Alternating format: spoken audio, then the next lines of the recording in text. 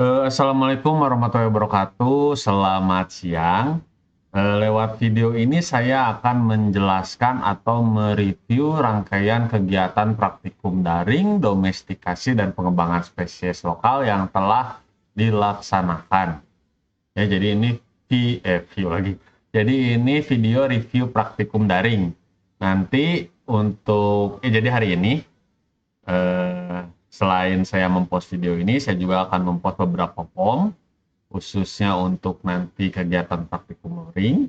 Dilaksanakannya nanti setelah Lebaran, setelah libur Lebaran. Terus nanti setelah teman-teman kan hari ini katanya ada ujian UTS TPBI ya. Nanti setelah UTS TPBI bakal ada kuis untuk kegiatan praktikum daring, domestikasi dan pengembangan spesies lokal. Oke, sekarang kita mulai review dari kegiatan praktikum. Saya juga akan menjelaskan tentang format laporan praktikum domestikasi lewat video ini. Oke, kita scroll ke bawah. Scroll ke bawah, cukup di pos pertama ya. Di pos pertama ini saya ada penjelasan. Pos pertama itu saya melakukan penjelasan.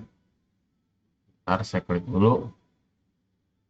Di sini saya menjelaskan, ada videonya juga, teman-teman tadi sudah baca deskripsi praktikum dan lain sebagainya, tujuan, jadwal, ini sudah tidak perlu dibahas lagi. Di sini juga ada perkenalan dari asisten praktikumnya, ini pos absensi. Lalu selanjutnya saya mempost video dokumentasi dari kegiatan praktikum daring,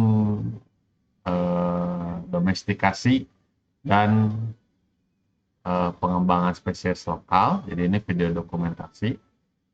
Kita lihat beberapa ya. Ini teman-teman 2016, waktu itu kegiatannya kita menangkap ikan di Waduk Jati Gede. Kita lihat sedikit aja, nggak usah dilihat banyak-banyak. Oke, kita di sini juga ada penjelasannya ya.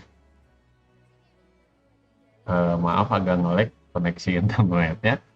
Nah, di sini mereka mulai pertama mereka belajar bagaimana cara menggunakan alat tangkap. Alat tangkapnya ada jaring lempar, ada gillnet, dan juga pancing, joran.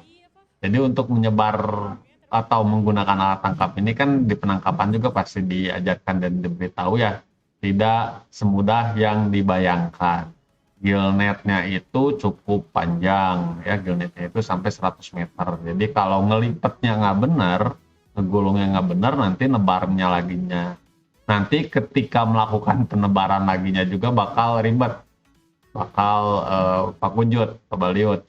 Terus alat pancing yang tadi, terus di sini kita melakukan simulasi untuk packingnya, untuk handling, untuk penanganan, ya dengan melakukan penurunan suhu. Terus nanti dilanjut dengan video penangkapan di Waduk Jati Gede. Saya rasa teman-teman sudah melihat video-video ini ya. Saya harap tidak hanya satu video yang dilihat, tapi video-video lainnya juga dilihat, karena kegiatan yang nanti kita running juga kurang lebih akan sama seperti ini. Tapi dengan jumlah praktikan yang lebih sedikit disesuaikan. Ini perjalanan, nanti juga ada briefing jelas. Setelah briefing, lalu kita ke tempat penangkapan masing-masing ya, ke daerah penangkapan ikan masing-masing. Ada yang nangkapnya di atas KJA, ada yang nangkapnya di pinggir, ada yang pakai perahu. Ini penjelasan dari teman-teman ya. Nah, ini ada yang teman-teman menggunakan jaring lempar dalam menangkap ikan. Ya, ini juga diajarkan oleh petani lokal bagaimana cara menggunakannya. Tapi sebelumnya kita juga sudah belajar di kampus dan sudah mencoba bagaimana cara menggunakan. Tapi nanti teman-teman akan diberitahu lagi caranya sama daerah-daerah mana saja yang biasanya ada ikan, terus yang nggak boleh di apa ya, nggak boleh teman-teman turun ke situ gitu, banyak lumpurnya, banyak panting, nanti takutnya terjerat dan tenggelam.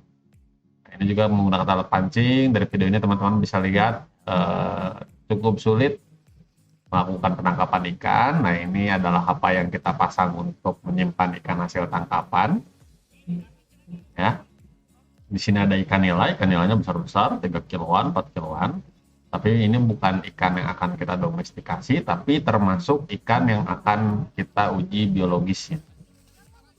Ya. Terus ada hampal juga tadi, terus di packing sesuai dengan simulasi.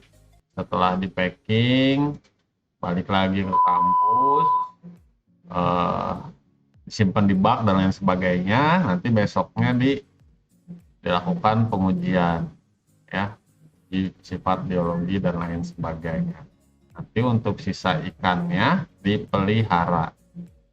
Ikan yang hidupnya, ikan endemiknya, ikan aslinya, ikan peliharaan.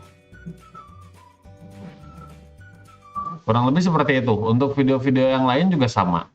Untuk video-video yang lain sama, cuman tampilannya aja yang beda, tapi isi dan kontennya kurang lebih sama. Nanti teman-teman juga yang mengikuti praktikum luring harus membuat video kegiatan seperti ini. Itu salah satu tugas praktikumnya, salah satu dari bentuk laporan selain artikel yang nanti akan saya jelaskan. Ya, ini saya harap teman-teman semua menonton. Di sini juga saya sudah menjelaskan apa saja yang ada dalam video. Lalu di post selanjutnya, di sini saya menjelaskan soal apa itu domestikasi, sejarahnya, maksud dan tujuannya. Di sini juga saya melampirkan beberapa video referensi yang bisa teman-teman lihat. Ada sejarah domestikasi, ya, ketika mereka mulai menangkap ikan, terus hasil tangkapannya itu dibudidayakan, dipelihara dulu, terus ternyata bisa dibudidayakan, lalu berkembang, kurang lebih seperti itu. Intinya semua hewan yang ada sekarang itu pasti hasil domestikasi. Pasti awalnya hidup di alam liar, ditangkap, dipelihara, kemudian dikembangkan dan dibudidayakan. Motifnya beragam, ya, bisa karena kebutuhan pangan yang meningkat, atau kesulitan bahan baku di musim-musim tertentu, atau faktor bahaya. Maksudnya bahaya itu, jadi di waktu-waktu tertentu kita tidak bisa melakukan pemburuan atau penangkapan ikan. Jadi akhirnya orang-orang tersebut berpikir untuk melakukan pemeliharaan dan pengembangbiakan saja. Jadi nggak usah penangkapan. Di sini dijelaskan. Saya rasa teman-teman sudah menonton dan sudah paham maksud dari post yang ini. Ini ada post logbook. Di sini juga sama. Ya, penting bagi kita untuk dapat mengetahui dan menganalisis kebiasaan ikan hidup di alam. Hal ini untuk mendukung kita dalam melakukan kegiatan domestikasi, terutama penyesuaian faktor lingkungan dan makanan, yang kemudian kita usahakan agar si ikan domestikasi ini dapat hidup di lingkungan yang kita inginkan atau mudah dipelihara, dengan jenis makanan yang mudah diperoleh, dengan harapan terjadi perubahan tingkah laku ikan dapat berubah, penurunan gratifikasi jenis makanan. Teman-teman sudah baca, maksudnya di sini saya mempost video bagaimana ikan makan di alam liar, makanan ikan di alam liar. Terus pada kegiatan domestikasi ini kita melakukan upaya agar si ikan yang awalnya makan makanan yang ada di alam liar bisa makan makanan yang kita miliki atau mudah diperoleh, kayak pelet komersial. Jadi misalkan di alam liar ikan nila itu makannya lumut, terus dia juga makan udang-udangan gitu ya, kayak hurang. Nah, pada kegiatan domestikasi ikan hasil tangkapannya, kita akan mengkonversi jenis makanan itu ke pelet.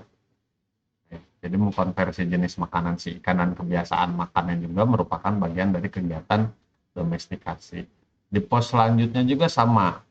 Jadi kita akan Jadi di sini teman-teman mengkaji atau melihat kebiasaan makan ikan di alam liar, lalu mengkonversinya di kegiatan domestikasi. Jadi yang intinya makan rumput, gitunya, kita akan coba dia buat bisa makan pelet, kurang lebih kayak gitu nih. Kayak misalkan grass cup, dia dikasih sayur-sayuran gitu. Kalau kita meliharanya di daerah yang sulit sayur-sayuran atau harga sayur-sayuran yang mahal, ya kita memeliharanya dengan memberikan pelet gitu. Secara umum sih sebenarnya ikan kalau lapar dia makan apa aja ya sebenarnya gitu, tapi eh, ternyata tidak seperti itu juga gitu. Ada beberapa jenis ikan yang memang benar-benar nggak mau makan pakan buatan kayak betutu misalkan, dia nggak mau makan pelet.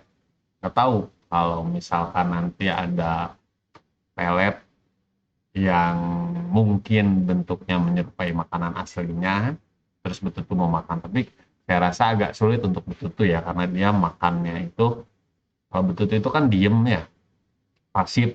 Untuk makannya itu dia perlu dirangsang atau direspon atau ke-trigger oleh gerakan dari mangsanya. Jadi kalau misalkan makanannya cicing wae juga pelet gitu ya, ada gerakan, ya si betutunya nggak bakal mau makan. Ya, di sini juga saya mencantumkan channel YouTube, terus di sini juga saya memberikan link video kegiatan domestikasi di Vietnam.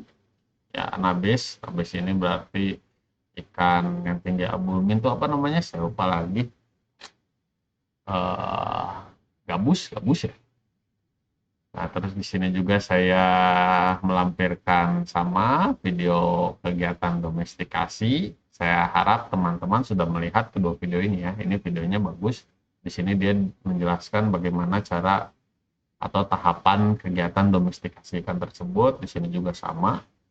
Ini video cukup penting ya, dua video ini. Terus selanjutnya video yang saya tampilkan itu video simulasi kegiatan praktikum. Jadi ini adalah ikan-ikan hasil tangkapan di waduk jati gede yang dipelihara. Di sini kita bisa melihat pengamatan dari kebiasaan makan si ikan ya. Dikasih ini teh udang kecil, ini teh disebutnya hurang. Dikasih hurang, ini udang air tawar. Saya harap teman-teman sudah lihat videonya. Nanti juga ada tampilan underwaternya, bagaimana ikan hampal, respon ikan hampal setelah diberi apa namanya, diberi makanan hurang tadi. Ya, di sini videonya cukup singkat, 11 menit. Lalu yang satu lagi juga sama. Yang satu lagi juga sama. Ya, yang satu lagi juga sama. Nah, kalau yang ini itu bukan ikan hampal, kalau yang ini itu ikannya campuran. Jadi ada ikan lalawak, ada ikan apa setelah lalawak itu berempanon, ada ikan tawes, ada ikan seren, dan lain sebagainya. Kalau ikan-ikan ini dia udah mau makan pelet, mau makan pelet. Untuk lalawak juga sebetulnya dia udah mau makan pelet ya, yang kita punya di Ciparanjaya hasil tangkapan, dia udah mau makan pelet, tapi jumlahnya tidak banyak. Jumlah pelet yang dia makan tidak banyak, dia lebih agresif, lebih banyak kalau mengkonsumsi pakan-pakan alami kayak ikan-ikan kecil atau juga hurang. Lalu ada penjelasan selanjutnya, lalu di video yang ini 35 menit ini ada video kegiatan pemijahan ikan betutu dan juga ikan apa ini namanya, lalawak ya, ada juga ikan hampal, tapi tidak semuanya terdokumentasikan. Yang terdokumentasikan dengan baik itu di ikan betutu ya. Saya harap teman-teman sudah melihat video ini. Jadi kita memijahkan ikan betutu, pijahkannya di bak tembok, nanti disimpan shelter yang digunakan ikan betutu sebagai substrat untuk merekatkan telurnya ya. untuk merekatkan telurnya. Kalau yang ikan hampal ini kan udah ada dijelasin ya. Kalau yang ikan hampal itu dipijahinnya di bak fiber biru. Fiber biru yang dipakai untuk pemeliharaan ikan hampalnya juga dipijahinnya di situ. Nah, ini betutunya kita kasih hormon, untuk ikan hampalnya juga sama kita kasih hormon. Untuk hampal dan betutunya kita pijahkan secara semi, ya, semi buatan. Sedangkan untuk ikan lalawaknya dipijahkan secara buatan.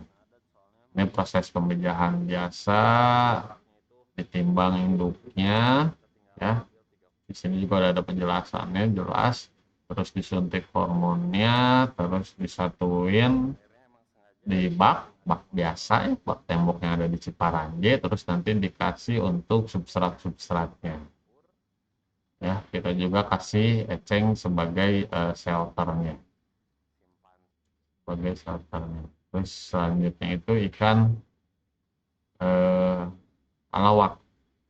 Oke, ini cukup. Lalu pada video selanjutnya, ini di pos ini juga saya menjelaskan ikan-ikan yang dipijahkan apa saja ya. Terus di video selanjutnya itu ada pengamatan dari ikan lalawak, dari perkembangan embrionya. Ya, di sini kita lihat ada lebih banyak telur yang mati daripada telur yang hidup.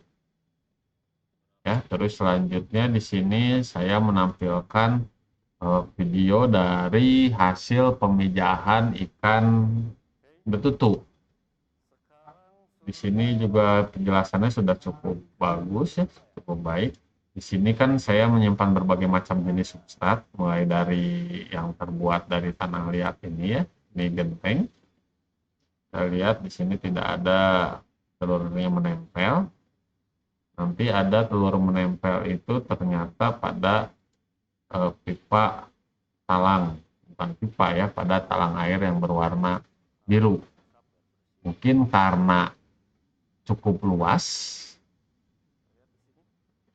jadi si telurnya lebih memilih menempel di sini, lebih memilih memijah di sini. Mungkin juga karena permukaannya datar, mungkin juga karena jenis atau warnanya. Yang jelas si ikan lebih memilih bertelur di sini daripada di wadah-wadah yang. Oke, saya harap teman-teman juga sudah melihat video ini.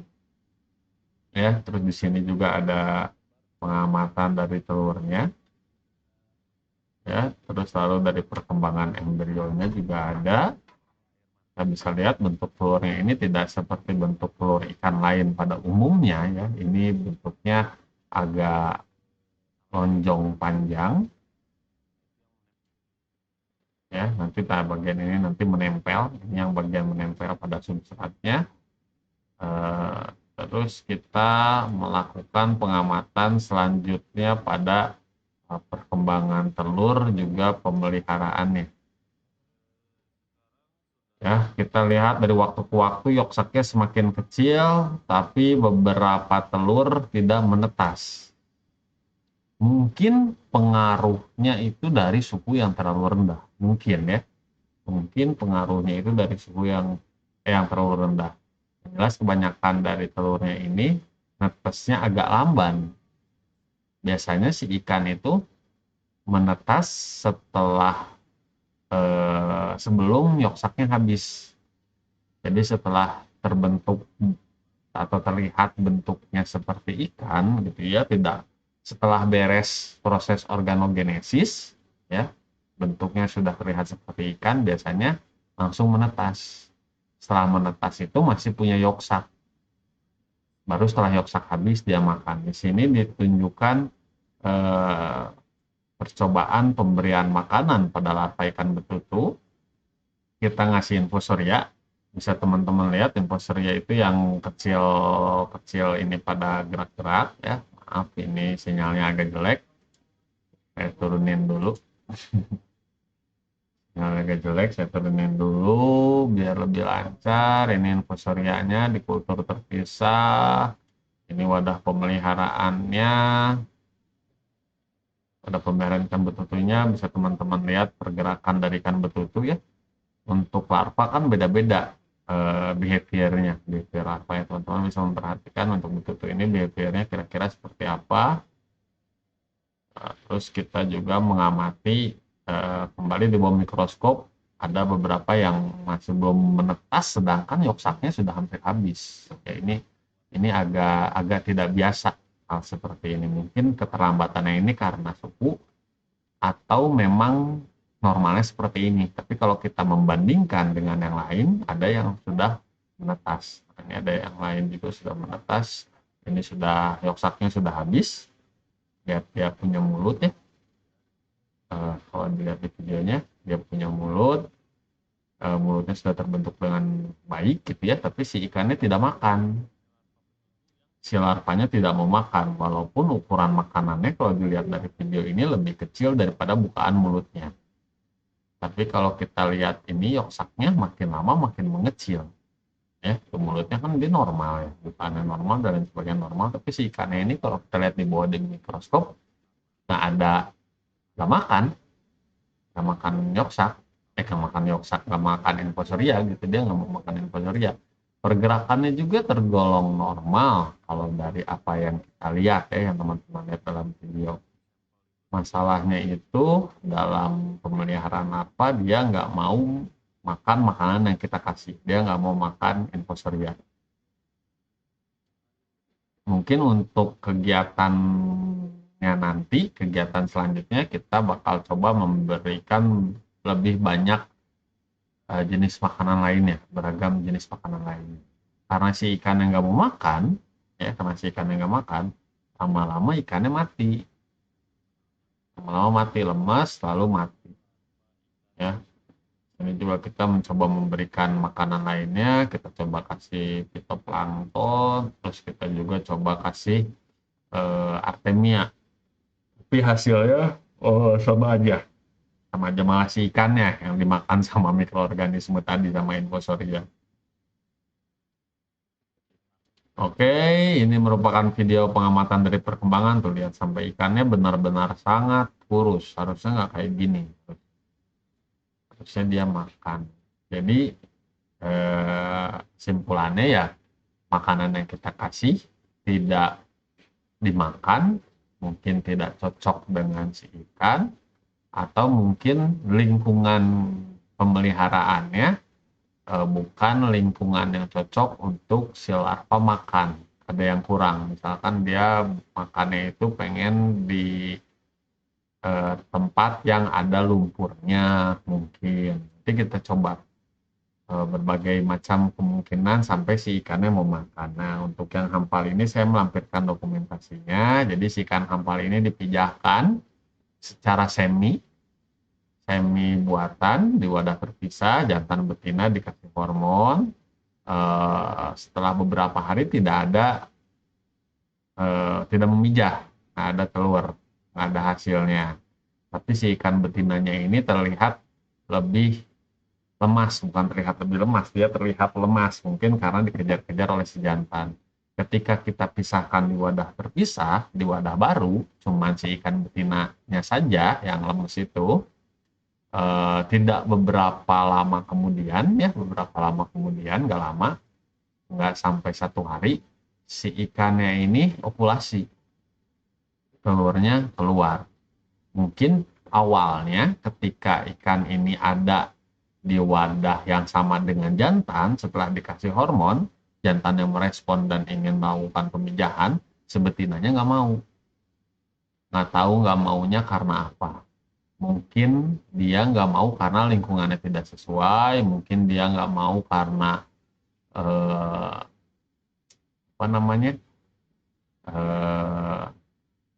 lingkungannya tidak sesuai, kondisi lingkungannya tidak sesuai, mungkin dia nggak mau karena nggak ada telurnya, tapi setelah dipindahkan ternyata ada telurnya. Ini juga saya sudah menjelaskan dalam tulisan dari pertanyaan teman kita Lutfi Nur Aulia. Oke, saya rasa sampai segitu dulu aja reviewnya, tidak akan terlalu lama. Silahkan dilengkapi buat logbooknya. Kemudian saya akan memberi contoh untuk artikel, ya, formatnya. Di sini bisa teman-teman baca ya. Untuk artikel, buat semenarik mungkin, informatif, ringkas, dan jelas. Artikel yang dibuat hanya mengenai ikan betutu. Jadi artikelnya, judulnya ikan betutu. Ya, domestikasi ikan betutu. Judulnya kayak gitu. Tuangkan segala informasi yang teman-teman dapat pada artikel tersebut, baik yang telah diperoleh lewat video praktikum, video yang saya post, yang tadi sempat saya jelaskan sedikit, atau literatur dan sumber lain yang diperoleh. Sebutkan dengan jelas sumber-sumber literatur tersebut yang wajib ada dalam artikel. Pertama itu uraian singkat mengenai ikan betutu, klasifikasi, sifat biologi, habitat, kebiasaan makan, reproduksi, dan lain-lain sebagainya. Terus prosedur, tahapan kegiatan dan langkah-langkah percobaan dalam pemeliharaan induk, pembenihan dan pemeliharaan larva, jenis makanannya, cara pemeliharaannya, wadah pemeliharaan, cara pemijahan, pengamatan telur larva, dan lain sebagainya. Lalu kesimpulan yang diperoleh dari kegiatan yang dilakukan. Kegiatan yang dilakukan itu berarti video-video yang sudah saya post mengenai ikan betutu. Terus saran dalam pengembangan teknologi baik pada pemeliharaan, pembenihan, dan pemeliharaan larva. Ya. Teknologi baik pada pemeliharaan induknya, pembenihan, dan pemeliharaan larvanya. Artikelnya dikumpulkan paling telat 12 Mei 2022, berarti setelah libur lebaran. Untuk artikel yang kurang bagus nanti bakal dikembalikan untuk diperbaiki. Terus gunakan dokumentasi atau gambar yang sesuai dengan diksi atau uraian yang dijelaskan. Jadi kalau misalkan teman-teman menjelaskan soal betutu, pakai gambar ikan betutu. Kalau misalkan teman-teman menjelaskan soal larvanya, pakai gambar larvanya ikan betutu. Kalau misalkan teman-teman menjelaskan soal alat tangkap yang digunakan menangkap betutu, menjelaskan soal bubu, jangan pakai gambar alat tangkap pancing. Ya, jadi gambar dan uraiannya itu berhubungan. Di sini saya akan memperlihatkan beberapa contoh artikel. Ini punya anak 2017. Bebas. Layoutnya bebas sebebas-bebasnya. Yang penting menarik. Jangan terlalu banyak tulisan. Dibanyakin gambar. Disimpannya di mana aja. Silakan. Kurang lebih seperti ini. Ya, di sini ada ikan betutu, terus dia menjelaskan soal ikan betutu, terus soal kelestarian di alamnya, terus alat tangkapnya, terus dia juga menjelaskan soal pengangkutannya, ya, soal pengangkutan ikan betutu, lalu soal pemeliharaannya, ya, persiapan kolam dan lain sebagainya. Terus tahapan pemijahannya, seleksi induk, terus sarangnya, terus penetasan telur, terus larva dari betutunya, benihnya, dan seterusnya penutupan, kesimpulan, saran, daftar pustaka. Tidak usah terlalu banyak tulisan, banyakin gambarnya aja. Usahakan pakai gambar yang ditampilkan pada video. Tapi kalau misalkan menurut teman-teman gambarnya kurang bagus, nanti kan bisa di screenshot videonya ya. Boleh pakai yang ada di Google, yang ada di internet, terserah. Yang jelas antara gambar dan tulisan itu nyambung. Oke, coba kita lihat yang kedua. Ini punya Nadib, domestikasi ikan betutu, pengertian dan tujuan domestikasi, bla bla bla bla bla bla bla, pengangkutan dan lain sebagainya. Nah, kurang lebih seperti ini. Saya rasa tidak sulit untuk tugas praktikumnya. Sekian video review kegiatan praktikum dari saya. Mudah-mudahan kegiatan praktikum daring ini memberikan manfaat untuk kita semua. Ya, nanti minggu depan masih ada pertemuan. Saya akan menjelaskan beberapa alat tangkap dan cara pengiriman dari ikan-ikan yang akan kita domestikasi atau kemungkinan ikan yang akan kita peroleh ketika kita melakukan penangkapan di Jati Gede dan Sungai Cimanuk. Terima kasih untuk hari ini. Saya tutup videonya. Wabillahi taufiq wal hidayah. Assalamualaikum warahmatullahi wabarakatuh.